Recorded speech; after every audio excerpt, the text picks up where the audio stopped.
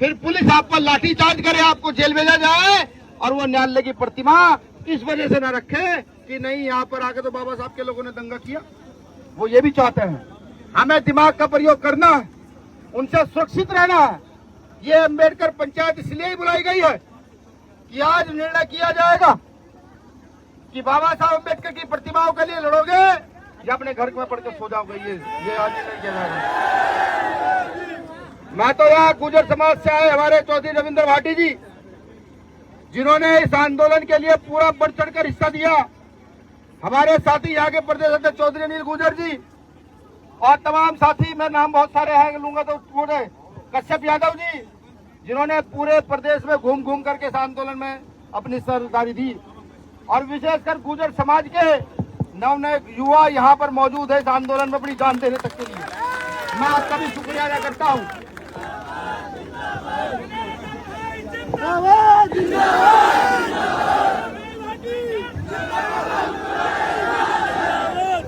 और आप सोचो कि आखिर बहुजन समाज की प्रतिमा का विरोध क्यों होता है।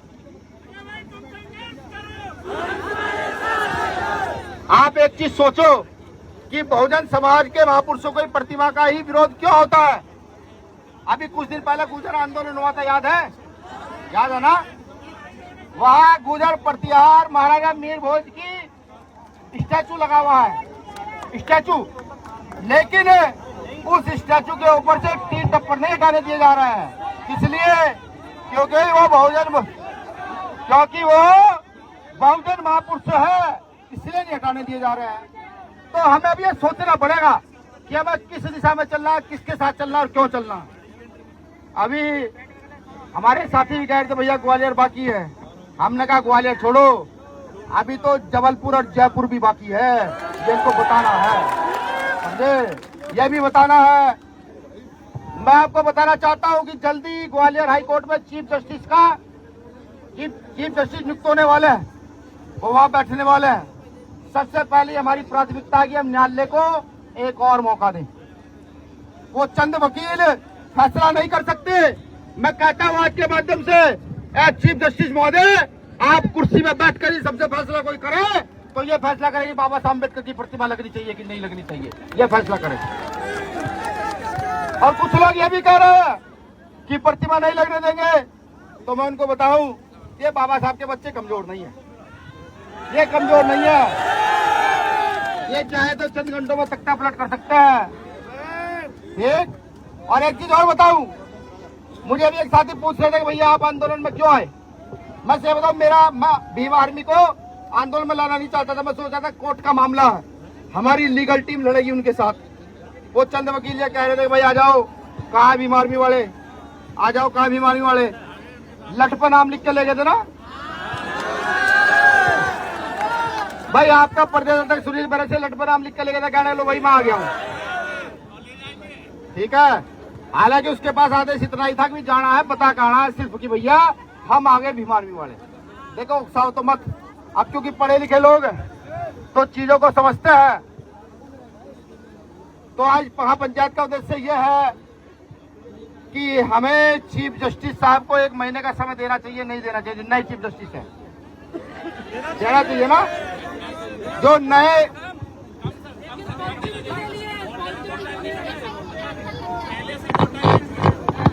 आप समझे नहीं, जो हमारे चीफ, आवाज आ रही है नहीं आ रही आवाज तो क्या हो गया भाई, ये तो आप लोग पीछे क्यों उतरते, उतरो भाई पीछे दो। देखिए एक चीफ जस्टिस ने आदेश दिया कि ग्वालियर खंडपीठ में बाबा साहब अम्बेडकर की प्रतिमा लगाई जाए। उसके बाद कुछ वकीलों ने विरोध किया, उसके बाद 7 जजों की बेंच बैठी, 7 जजों की बेंच में फिर से तय कर दिया गया। 2 जज सहमत थे, कुछ जज सहमत थे, कुछ नहीं थे, लेकिन अंत में सारे जज सहमत हुए। उन्होंने कहा कि बाबा साहब अम्बेडकर की प्रतिमा लगनी चाहिए। वहां बनवादी वकीलों ने फिर विरोध किया।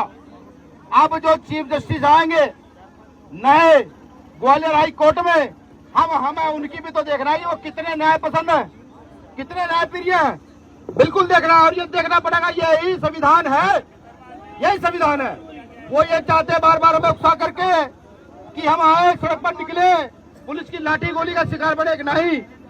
पुलिस की लाठी गोली तो हमने बहुत खा ली। हम जब चाहे ग्वालियर बंद कर सकता है, इतना बड़ा दम नहीं कोई हमें रोकता है, जब चाहे हम बंद कर सकते हैं। लेकिन ये भी देखना जरूरी है कि एक चीफ जस्टिस दूसरा चीफ जस्टिस है, उसके आदेश का कितना सम्मान करता है, ये देखना जरूरी है नहीं जरूरी है? जरूरी है। अभी एक वकील ने, मैंने बताया ना कि वकील ने कहा कि दलित चीफ जस्टिस, तो मैं यह भी देखना चाहता हूं कि क्या न्याय प्रक्रिया जिंदा है या मर गई है। अगर न्याय प्रक्रिया जिंदा है तो वहां डॉक्टर अम्बेडकर की मूर्ति लगेगी, और अगर न्याय प्रक्रिया मर गई है तो ये बीमार भी वाला करते जाकर खुद मूर्ति लगाने का काम करेंगे हम लोग। लेकिन हमें अपनी बुद्धि और विवेक से काम लेना है। कोई हमें उकसाएगा तो हम उकसेंगे नहीं, कोई हमें डराएगा धमकाएंगे तो हम डरेंगे नहीं। हमें पहले सोचेंगे हमें करना क्या, पूरी रणनीति के साथ। जैसा आज प्रशासन के इतने जोर के बावजूद, इतनी गर्मी के बावजूद भी आप सब लोगों ने अपने संवैधानिक आंदोलन को मजबूत करने का काम किया। तो मैं ये चाहता हूं, मैंने जब भीम आर्मी के लोगों से बात की, सामाजिक संगठन के लोगों से बात की, अभी चीफ जस्टिस अपॉइंट नहीं हुए, मैंने कहा हमें उन्हें 1 महीने का समय और देना चाहिए। 1 महीने का समय क्या आप चाहते हैं दिया जाए न्यायालय को आदेश के लिए? 1 महीने का समय दिया जाना चाहिए नहीं? अगर 1 महीने का समय दिया जाना चाहिए तो मैं ये भी घोषणा कर दूं कि फिर ये प्रतिमा जो बाबा साहब अम्बेडकर की हम लेकर आए हैं, ये प्रतिमा 1 महीने के बाद इसी प्रतिमा को लेकर मध्य प्रदेश के हर जिले जाएंगे और भारत के हर जिले इसको लेकर चलेंगे। 2 काम हम करेंगे। अगर न्यायालय ने हमें न्याय दिया,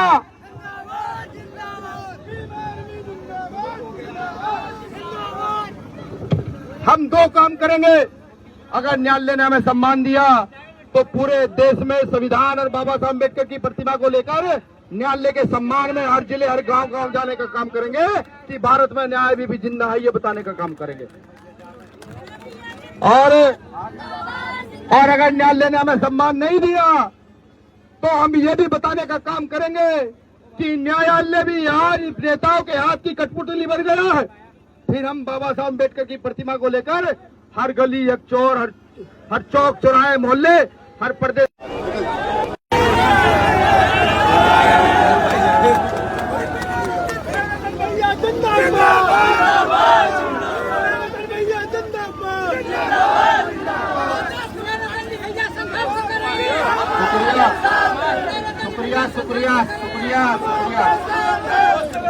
शुक्रिया, बहुत बहुत धन्यवाद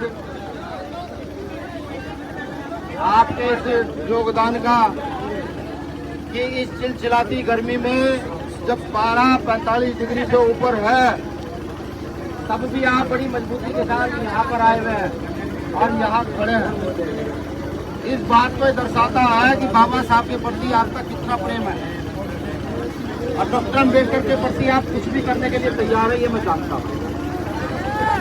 तो मैं यहाँ से जहाँ तक मेरी आवाज जा रही है, आप तमाम साथियों का शुक्रिया अदा करता हूँ, धन्यवाद अदा करता हूँ कि आप बड़ी मजबूती से यहाँ आए और मध्य प्रदेश सरकार के साथ साथ उन मनोवादी वकीलों को भी ये बताने का काम किया कि हम बहुत मजबूत लोग हैं, ये बताने का काम किया। आप सभी का धन्यवाद, आभार। अब कुछ ऑथेंटिक जानकारी जो आपको मुझे देना बहुत जरूरी है, क्योंकि कुछ लोगों ने सोशल मीडिया के द्वारा भ्रम भी फैलाने का काम किया, कुछ ने अनाप शनाप बोलने का काम किया, कुछ ने भ्रम फैलाने का काम किया। देखिए, चीफ जस्टिस साहब ने आदेश दिया था कि ग्वालियर खंडपीठ में डॉक्टर बाबा साहब अम्बेडकर की प्रतिमा लगानी चाहिए। ये आपका और मेरा आदेश नहीं था। किसका आदेश था? भारत की एक मुख्य खंडपीठ, और समझिए, चुपचाप समझिए, भारत की एक खंडपीठ, एक न्यायालय, उच्च न्यायालय, उसके लिए चीफ जस्टिस साहब आदेश देते हैं कि वहां पर बाबा साहब अम्बेडकर की प्रतिमा लगनी चाहिए। लेकिन कुछ वकील उसका विरोध करते हैं कि यहाँ बाबा साहब अम्बेडकर की प्रतिमा नहीं लगनी चाहिए। हालांकि ये शब्द मुझे कहने नहीं चाहिए, फिर भी मैं वकीलों को कहूँ कि रिश्तेदार की हर बात को मानना रिश्तेदार का अधिकार होता है। बाबा साहब ने आप उनकी बात नहीं मानना चाहते, ये गलत है। मैं इनको समझा रहा हूँ, ये गलत है, ऐसा मत कीजिए। रिश्तेदार की बात को मानिए, रिश्तेदार की बात को मानिए, तो रिश्तेदार का रिश्तेदार भी आपका रिश्तेदार निकलता है। कैन साहब भी दलित है। अभी एक वकील दिल्ली गया, दिल्ली जाके कह रहा है कि वो कैन साहब दलित है। उन्होंने आदेश कैसे दे दिया? एक दलित चीफ जस्टिस ने बाबा साहब अम्बेडकर की प्रतिमा को लगाने का आदेश दिया। यानी कि वो ये कहना चाह रहा है किसी और जाति का व्यक्ति आदेश देता तो प्रतिमा लग जाती, लेकिन दलित चीफ जस्टिस ने आदेश दिया तो प्रतिमा नहीं लगेगी। हमने कहा भाई बहुत अच्छी बात है। मैं उनको बता दूं, ये भीम आर्मी है, चाहे तो यहाँ की भारत की कोई सी ऐसी जगह 2 घंटे भीम बाबा साहब की प्रतिमा लगाने का काम रखती है।